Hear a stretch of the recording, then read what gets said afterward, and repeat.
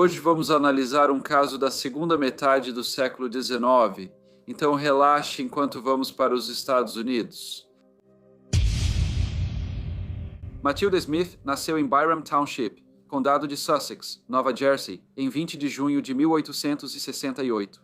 Apesar de se chamar Matilda, sempre foi conhecida como Tilly. Ela vivia com sua família em condições extremamente pobres e recebeu pouca educação. Apesar disso, cresceu e se tornou uma jovem agradável e educada. Em 1886, ela conseguiu emprego como ajudante de cozinha no Centenary Collegiate Institute em Hackettstown, em Nova Jersey, que ficava a cerca de 80 quilômetros a oeste da cidade de Nova York. Era uma boa posição para Tilly, pois apesar do trabalho duro, o instituto oferecia acomodação. Havia regras rígidas que todos no instituto precisavam seguir, e mesmo sendo para o bem da equipe, nem sempre eram respeitadas. As funcionárias podiam sair em seu tempo livre, mas todas eram obrigadas a retornar até as 22h. Qualquer pessoa que precisasse ficar fora, além desse horário, teria que pedir permissão à matrona, e se retornasse sem ter recebido o consentimento dela, seria impedida de entrar e teria que encontrar outro lugar para dormir. Tilly havia combinado de se encontrar com suas amigas, Annie Van Sickle e as irmãs Mary e Agnes Wrights, na noite de quinta-feira, 8 de abril de 1886. Ela sabia que provavelmente não voltaria antes das 22h e não queria pedir permissão à matrona para ficar fora até tarde. Afinal, era um dia de semana e seu pedido quase certamente seria recusado. Ela decidiu perguntar ao zelador se ele poderia deixá-la entrar novamente no instituto depois do horário permitido. O nome dele era James Titus, um sujeito um tanto quieto. Ele nasceu em Hackettstown no dia 6 de março de 1857 e era casado, com uma criança pequena. Ele trabalhava no instituto há mais de 11 anos e conhecia todas as regras rígidas que eram impostas à equipe. E não era a primeira vez que uma das jovens funcionárias lhe pedia ajuda para entrar novamente no instituto depois que as portas já estavam trancadas. Ele não podia quebrar as regras, então disse à senhorita Smith que não poderia ajudar e que ela deveria pedir permissão à matrona. No entanto, Tilly não pediu permissão, e depois de terminar o trabalho em 8 de abril de 1886, ela deixou o instituto e foi sozinha até a rua principal, em Hackettstown, onde havia combinado de encontrar seus amigos. Eles foram juntos ao salão de entretenimento assistir a um show. Lá, conheceram dois jovens chamados Harry Herring e Charles Munick, vendedores hospedados em um hotel próximo. Após o show, as 4 jovens senhoritas caminharam pela rua principal com seus 2 novos conhecidos. Pouco depois, as irmãs Mary e Agnes Wright foram para casa, o que significou que Tilly e sua amiga Annie ficaram na companhia de Harry Herring e Charles Munick. Muitas pessoas estavam na rua naquela noite, inclusive Fred Weedy, um jovem que Tilly já havia cortejado, e seu amigo Jess Baggett. Tilly e Frank conversaram por um breve momento antes de ela se despedir de Annie e voltar para o instituto, acompanhada por Charles Munick. Na manhã seguinte, sexta-feira, 9 de abril de 1886, um cavalheiro chamado Sr. John White estava passeando com seu cachorro bem perto do instituto quando fez uma descoberta macabra, o corpo de uma jovem. Ele imediatamente entrou em contato com as autoridades e o corpo foi identificado como sendo de Tilly Smith, a jovem ajudante de cozinha que trabalhava no Centenary Collegiate Institute. A notícia desse crime horrível logo se espalhou por Hackettstown e as pessoas se perguntavam quem poderia ter cometido um ato tão terrível. O corpo dela foi levado ao necrotério, onde o Dr. J.S. Cook fez a autópsia. Ele descobriu que a morte foi causada por estrangulamento. Ele também revelou que ela havia sido violentada, e de acordo com o Dr. Cook, por mais de uma pessoa. O médico acrescentou que ela lutou bravamente para se defender do agressor. O povo de Hackettstown estava muito ansioso para que o autor ou autores fossem levados à justiça, e os jornais estavam ávidos para noticiar qualquer novo desenvolvimento na investigação. Foi encontrada poeira no vestido de Tilly, o que levou a polícia a pensar que o ataque provavelmente havia ocorrido no celeiro, que ficava a uma curta distância de onde o corpo havia sido encontrado. Ainda era um mistério porque ela havia sido colocada no campo próximo ao instituto. Não havia sinais de que ela tivesse sido arrastada, então presumiram que ela deve ter sido carregada. Harry Herring e Charles Munick foram presos. Ambos foram vistos com Tilly naquela noite, e testemunhas confirmaram que viram Charles Munick andando com ela na direção do instituto. No entanto, ambos os homens negaram que tivessem qualquer envolvimento com o assassinato da senhorita Smith. Charles Manick disse aos detetives que acompanhou Tilly até os portões do instituto e que eles chegaram por volta das 10h10, quando a porta já estava trancada. Ele disse aos investigadores que se ofereceu para pagar um quarto para ela no hotel onde estava hospedado, mas ela disse que não seria necessário e, em vez disso, despediu-se dele e foi pela lateral do prédio. A polícia manteve os dois homens detidos por alguns dias, mas testemunhas os viram bebendo às 11 horas no bar do American Hotel, o que significava que eles não teriam tido tempo suficiente para cometer o assassinato. Uma recompensa de $1.000 foi oferecida por qualquer informação que possa levar à descoberta da pessoa ou pessoas responsáveis pelo terrível crime. A agência de detetives Pinkerton também foi contratada para ajudar na investigação. O chefe dos detetives de Nova Jersey, Bob Haggerty, suspeitava que o zelador, Sr. James Titus, era o responsável pelo assassinato. Ele ficou surpreso por ainda não ter sido preso. O detetive Haggerty achava que ele havia aberto a porta para a jovem em 8 de abril para evitar problemas com a supervisora. Em seguida, ele lhe fez uma proposta indecente e, quando ela rejeitou suas investidas, ele a derrubou, causando as marcas que foram encontradas em seu rosto. Quando ela resistiu, ele a estrangulou e levou seu corpo para o campo, onde foi encontrado na manhã seguinte. Mesmo sem haver provas para sustentar isso, os jornais sensacionalizaram a teoria do detetive Haggerty. E o público começou a acreditar que o zelador de 29 anos, James Titus, havia brutalmente violentado e assassinado a senhorita Tilly Smith. E o povo e a imprensa exigiam justiça. Jornais também informaram que Tilly Smith foi enterrada em uma cova de indigente. Um deles, chamado New York World, começou a pedir contribuições para que um memorial fosse erguido em sua homenagem.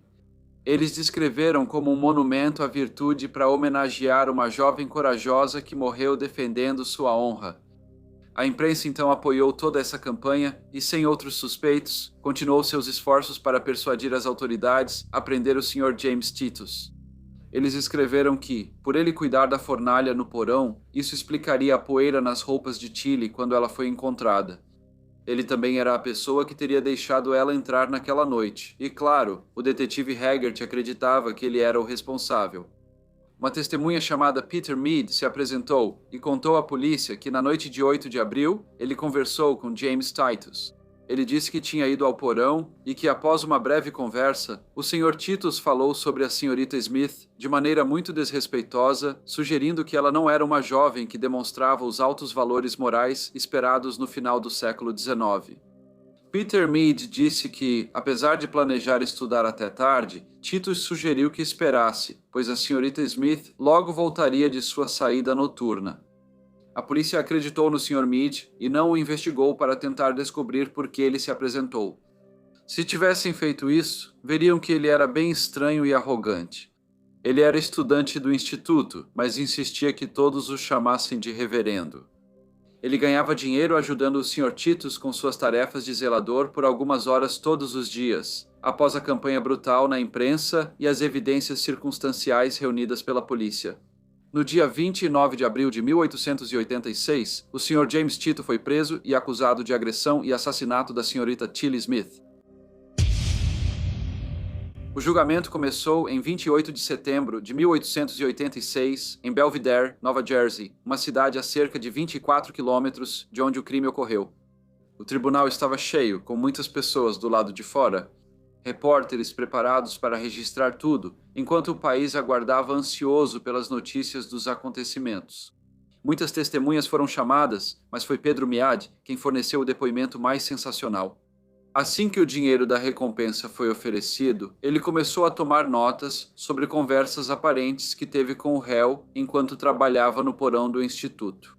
Ele foi uma testemunha marcante e relatou ao tribunal que, após o incidente, passaram quase toda a noite juntos no porão, mas o Sr. Tito estava inquieto e andava pelos corredores. O Sr. Mead disse que ele parecia mais reservado do que o normal, mas então, de repente, levantou-se e disse: "Bem, eles podem me prender e podem me enforcar, mas não podem destruir minha alma." A defesa enfrentou uma tarefa difícil, já que a imprensa foi especialmente hostil ao Sr. James Tito antes e após sua prisão. afirmaram que ele agiu de forma imprópria com outras jovens do instituto, o que foi citado pela promotoria.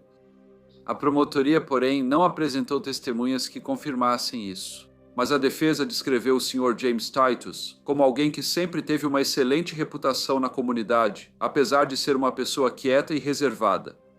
Eles também apontaram outras inconsistências no caso.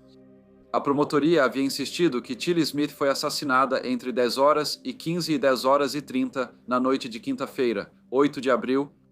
Os médicos que fizeram a autópsia acreditavam que o crime brutal ocorreu pelo menos 2 horas depois, em algum momento nas primeiras horas de 9 de abril. Ele conhecia bem o instituto e arredores, então se tivesse cometido o crime, não teria deixado o corpo em um campo. Havia 2 fossas cobertas com lajes de pedra. Teria sido muito fácil esconder um corpo ali, que talvez não fosse descoberto por meses, até anos. A senhorita Tilly Smith não trabalhava havia muito tempo no instituto e era conhecida por ser uma jovem temperamental. Os pais dela moravam em regiões diferentes do país, então, se ela sumisse de repente, a matrona provavelmente acharia que ela não gostava das regras rígidas impostas à equipe e talvez nem tentasse descobrir onde ela estava. O réu também estava doente na época e não queria sair do calor do porão. A promotoria disse ao tribunal que Tilly era uma jovem encantadora e educada, que havia sido criada em circunstâncias muito pobres. Mas, depois de conseguir um emprego respeitável no Centenary Collegiate Institute, ela estava determinada a melhorar sua situação. A defesa, porém, buscou mostrar outro cenário. Eles descreveram uma jovem que demonstrava padrões sociais e morais muito baixos e que, segundo eles, já havia trabalhado como prostituta. Apresentaram testemunhas para confirmar isso. O julgamento durou quase um mês, e James Titus não testemunhou em sua própria defesa. Muitos acharam que isso era um sinal de que ele realmente era culpado. Quando o júri voltou para entregar seus veredictos, eles também o consideraram culpado.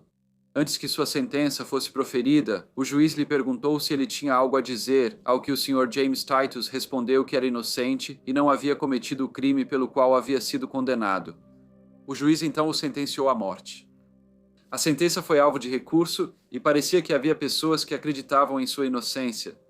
Os jornais foram muito hostis com ele em suas reportagens sobre o caso e, além de Harry Herring e Charles Munich, a polícia não investigou seriamente mais ninguém. Na noite do assassinato da senhorita Smith, ela conversou com Frank Whitty, seu ex-namorado, que supostamente ainda tinha sentimentos por ela. Ele foi visto com Jesse Baggett, mas a polícia nunca os considerou suspeitos do crime. Antes da data de sua execução, James Titus confessou o assassinato de Tilly Smith. Ele afirmou que eles mantinham um relacionamento impróprio há algum tempo e que tinham sido íntimos novamente na noite de 8 de abril. Depois que ela voltou da noite com os amigos, ele disse que ela então anunciou que acreditava estar grávida e que ele era o pai. Isso foi seguido por uma discussão na qual ele ficou tão enfurecido que a estrangulou. Após sua confissão, sua sentença foi comutada para prisão perpétua. O monumento em memória de Tilly Smith foi inaugurado em 24 de novembro de 1887 e fica ao lado de seu túmulo no cemitério da União de Hackettstown. Ele foi construído graças a doações de benfeitores locais e nacionais. Nele está escrito que ela morreu em defesa de sua honra. James Titus cumpriu 19 anos de prisão pelo assassinato e foi libertado em 27 de dezembro de 1904. Infelizmente, sua esposa faleceu em novembro daquele ano. Ele continuou morando em Hackettstown até 18 de junho de 1952, quando faleceu aos 95 anos de idade. Ele foi então sepultado no Union Cemetery, o mesmo cemitério onde a senhorita Tilly Smith havia sido enterrada 66 anos antes. Muitas pessoas acreditam que James Titus só fez sua confissão para se salvar da forca e que, na verdade, era inocente do crime pelo qual foi considerado culpado. Após sua libertação, ele nunca mais falou sobre o caso. Dizem que o fantasma de Tilly ainda anda pelo colégio. Há relatos de aparições nos jardins, nos corredores e no teatro. O Sr. James Titus é o homem que, segundo a história, assassinou a senhorita Tilly Smith, mas ainda há muita dúvida se ele realmente cometeu esse crime horrível. Provavelmente nunca saberemos ao certo o que realmente aconteceu na noite de 8 de abril de 1886 ou se a justiça foi realmente feita. Olá a todos e muito obrigado por ouvirem. Como de costume, por favor deixem qualquer comentário ou sugestão que vocês tenham e espero ver todos vocês novamente no próximo Briefcase.